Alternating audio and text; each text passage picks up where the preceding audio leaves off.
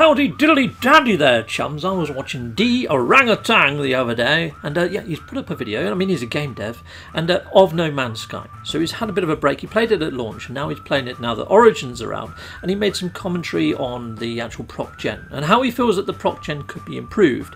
Now, although that he says that the Procgen needs to be improved, he says that the game has had a great improvement over what it was before. Anyway, I'm going to play you some sections of what he actually said, and then I'm going to give my thoughts and then some stuff from Hello Games. So it's been a while since I've played No Man's Sky. I played it right at release, and I was one of the people who was actually not disappointed in it. When I saw all the sort of the hype leading up to its release, I kind of understand, just as a game developer, I kind of understood what it was they were building. And when it turned out that they were building that thing, that was fine with me. You know, I wasn't really that worried about it, you know. There were people who felt like, you know, who kind of made a lot of assumptions and felt like it was promising to be a lot more than it was. And those folks, you know, understandably were very frustrated by the initial release. But this team has been an inspiration to us because they have, you know, fighting through all of that sort of, you know, anger and frustration from the audience.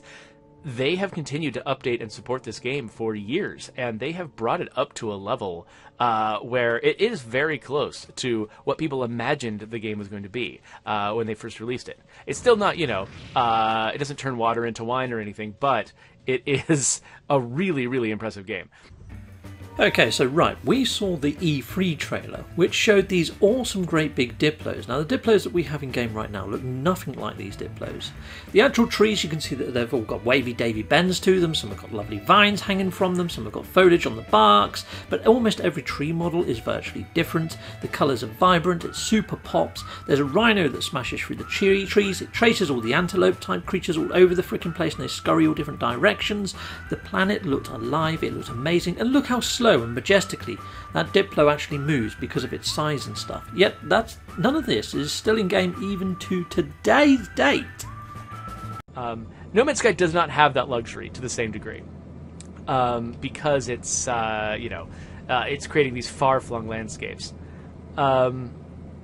That's my thought on it. That basically it sort of does take sort of a mixture of bespoke content and procedural work in order to sort of create that. You're trying to find what you're trying to find really isn't a game that will generate completely unique things all the time that just blow your mind, just as though any other human had made them. That's not possible for AI right now. That's just not a thing you can aspire to, at least not anytime in the immediate future. And so what you're trying to find is actually just sort of a sweet spot between, on one hand, making something completely bespoke that you've just handcrafted, where someone can experience once, have an amazing experience, but never really have that same experience again. Versus the other side, where everything is completely random and you never know what you're going to encounter, but it all feels meaningless. And that's the thing. Things feel repetitive when they feel meaningless, right? They feel repetitive when there's another one and it's different, but the differences don't matter. And you know, and so if you're just having something generate random stuff, but the randomness it doesn't matter. Oh, that's it. Okay, you know what? I'm going in a new direction here that I hadn't actually thought of before. But I'll finish my thought though. That you know, that if you can generate a ton of repetitive stuff, which, you know, means you can have a huge volume of things and people can encounter things that are technically different from anything anyone's encountered before. But if those differences don't matter, then who cares, right? And it sort of becomes very bland. Somewhere in the middle, there's a way you can sort of like augment bespoke content with procedural patterns, or you know, use procedural generation to create more bespoke content more quickly, or use bespoke content to pepper into a largely procedural game so that people can still encounter things that feel like they have meaning while they are largely having a procedural experience. And that the character generator in State of Decay 2, that's the category that's in, is that we're using a lot of bespoke pieces that individually stand out and get your attention, but we're combining them in procedural ways. So everyone has a unique experience, and you can keep having a unique experience over time, but there's enough little bits that feel like they have meaning that you don't feel like it's completely, you know, sort of dry and repetitive. But that... So what he actually says there about having assets that are made out of individual assets that are very interesting and that have some sort of relation to the actual planet they're on. So the creatures, for example, could take their environment and then that gets adapted into their actual genetic makeup. And they actually make sense and they're more believable. Well, that, again, was all said to be in-game when it came to GDC, and also to things that Sean Murray had said, which I've got clips of. In fact, I've spliced them up and I'm just about to put them up in a second. But all that stuff that he's talking about should have been in-game. We also have rules when it comes to things like shapes, and we talk about believability, like say like a sort of swamp environment that's been, when the planet's been terraformed, it'll have generated this climate and ecosystem, and again, based on all these nice little universe rules, like how far away from the sun, or just the minerals in the soil, and that's all just like nice little controllable factors. But what happens is, we know that we can tag certain types of leaf and tree and branch as being matching to a climate. So essentially what that means is, on a swamp planet, you will get swamp leaves and swamp branches. That sounds like it's limiting, but it works over a huge number of things. And it means that that can also get filtered through to creatures. So in a sort of damp environment, you're going to get these more cold-blooded, sort of waxy, damp-looking creatures. And also some of the color from the environment will leak through to the creatures, so there'll be natural camouflage. And in the same way, we can have the opposite of that, where we can add in props that are complementary, so they'll stand out, and that's when the real fun begins. Are you guys as into dinosaurs as the public believes you are right now? Just with the amount that they've been in the demos, like, are dinosaurs going to play that large of a game, or is it just a coincidence? That's a coincidence. We think they're cool, for sure, but we've tried not to show super alien creatures because we think they can find it's hard to wrap their heads around that. It's a really surprising thing, but if you show underwater, but you show something that is swimming past but doesn't look like a fish and doesn't behave like a fish, then people actually find it hard to know that you're underwater anymore, and it can make for like a confusing demo. Once people are in the game, they will see stuff like that, and I think they'll accept it more. But at the moment, we didn't want to show things that couldn't exist on Earth, or that they don't have so many kind of like touch points for. But we also didn't want to just show things that look like lions and tigers and stuff like that. So we thought that kind of reptilian and prehistoric stuff looked best, and got across what was possible within this generation without, blowing people's minds too much. So they're going to be freakier. Right, so when the orangutan first started off, and he said that, the players' expectations were a little bit too high, and No Man's Sky wasn't the game they imagined it to be. The reason players imagined a game to be the way they imagined it is because it was described to be that way. They talked of all this magical stuff with sliders and representation from distance from sun and the moon and all this sort of stuff would govern what spawns life on the actual planets.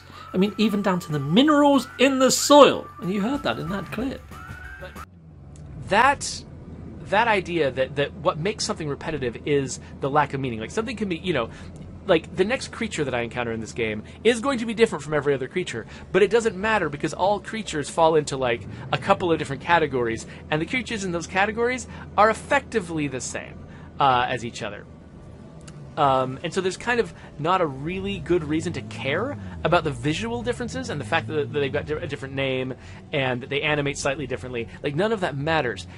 If you actually managed to build a procedural system out of things that matter, where it's like, oh, these subtle differences in how a creature is shaped really matter to how I'm playing the game, then I think the repetition would stop, because each time you encountered a new creature, you would actually have to analyze it and look at it and care about, well, how does this creature work? Oh, okay, it's got this combination of things. I haven't quite encountered that before, and my usual strategy doesn't work. I have to change up my strategy. World is another example of one where the procedural generation matters. So again, that is another one where it's like, well, it does eventually kind of boil down to the same basic kinds of scenarios. Like, yeah, because a particular map is either it's a desert, or it's Arctic, or it's swampy, or it's something. And when you're in one of those places, the differences between them aren't that huge. The thing that I think really makes a difference in a procedurally generated experience is if you've got multiple things they can be matched up in different combinatoric ways, and the resulting combined thing is interesting in a way that each of the individual pieces is not. And so I think like a version of RimWorld where there were multiple factors in a biome that could really sort of clash with each other and present a unique challenge in a particular map that you couldn't really find anywhere else on the planet, that I think could make a really huge difference to sort of making each experience feel different, rather than saying, okay, well, I'm going to do an Arctic run now, and it's going to be like other Arctic runs with subtle differences in the map. And it's still being interesting because each map is different in subtle ways, but it's not different in dramatic ways. Okay, now I completely agree with everything that he said there. That these biomes need to be believable. They need to make sense.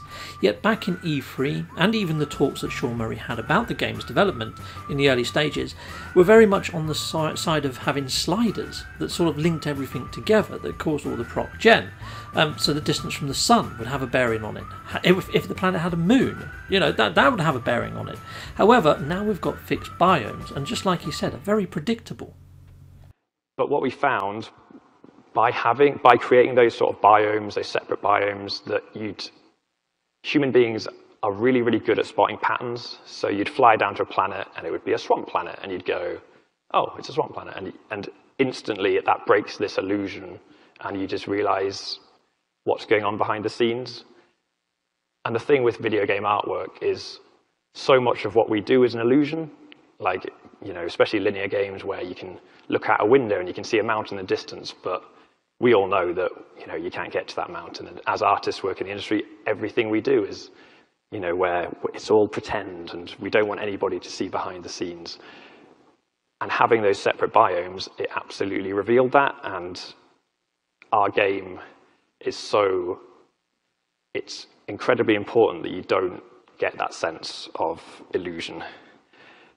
So what we ended up doing was creating what I call a super biome, which is a biome which covers all those biomes in one fell swoop. And it's, what's a good way of explaining it? If you imagine if you've ever used like a terrain generation tool where you'll have lots of different sliders that control different things like spikiness of mountains, trees, and we have that, but we have hundreds of different sliders, and we have min and max values for all those different sliders, but I don't have to go into every planet and manually move those sliders. What happens is when a planet is terraformed, those sliders are moved to different positions. Now, originally those positions were random, but what we found really interesting is if you start to link those sliders to things within the universe, like distance from a sun, whether the planet has a moon or not, then the results start to become believable, and you start to spot patterns, but it's patterns that you accept because you start to realize that, oh, this planet's really close to the sun, so the foliage is either going to be non-existent or it's just not going to be very green. Yeah, I mean, this is kind of like the planet that we showed at E3. I really like to kind of point out to people, I guess, that it's a real place, it's a planet, and it's kind of rotating around the sun and stuff, and that like you can walk in any direction, and you can walk for days and days, and depending on the size of the planet, weeks and weeks, and you will eventually walk the whole way around the planet, and come back to where you started. And I like that you're orbiting around the sun and stuff like that, and that you can look up in the sky and see that like there's actual features and things like that on the other planets that you can see, and that they're real places too, that you're in like a solar system. It's kind of cool doing this on the E3 build, because a lot of people would have seen just the quick 3 minutes that we showed or whatever, but it wasn't some level that we built or something like that, even though I think it looks quite nice in places. It's a procedurally generated world, and like you can... And that's where the believability comes into it. What we wanted to do was create a few key concepts that would capture the vibe of this lost world, this No Man's Sky. And like, if anyone's seen the video we released years ago now, the E3 video where you walk down to the watering hole and the antelope run away, this was the piece of key art that kind of influenced that. He's a real... So you may have heard that. I mean, he said there that that piece of concept art that he created prior to E3 is what E3 was modelled on. So for Sean Murray to say that that planet wasn't scripted or wasn't created, when you've got Grant Duncan, the key artist, saying that he drew that concept art which they based that world on, it just goes to show that it wasn't just a random encounter. It was created and scripted. So that's why people's expectations were high, and that's why they imagined something. These are real quick sketches, but all trying to kind of get across the vibe that we wanted to have each time you fly down to a new planet. And what this did, it gave us targets. It meant we could tweak things like slider values to try to make these kind of events more likely. And you'll see they all, well, a lot of them have this kind of, these landmarks. And we always wanted to have that sense that you fly down, there's always something on the horizon that draws you to it, rather than just being a dull terrain. There's always something you see that you want to go to. When you create like an MMO character for the first time, you have your set of sliders and you move them all and you use that to create your version of the character. Well, we sort of have that for everything in the game. So every tree, rock, piece of grass, creature, whatever. So the artist will build something like this. Actually, it won't be this one. You know, they'll build something that's just a prototype and they model it out in a thing called ZBrush, and you're basically just making things out of clay.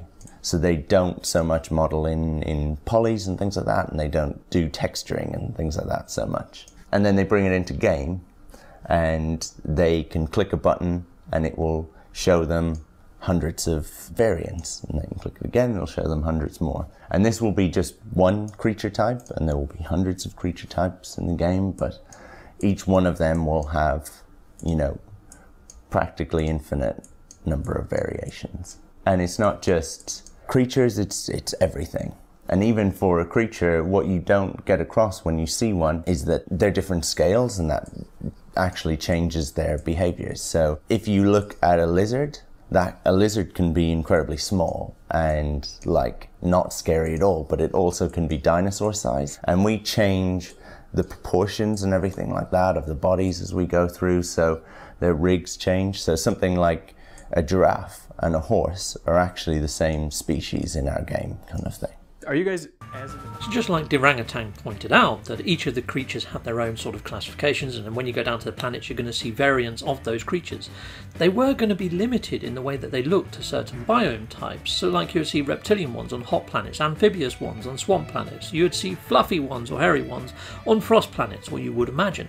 But none of that actually happens in game right now, and if it did, it would make it more believable, and you would want to go to planets to get certain elements or resources from those creatures. You can only get reptilian scales from reptilian creatures, or fur or something, to actually make stuff for your bases from the frost creature planets. That would make total sense if they did something like that.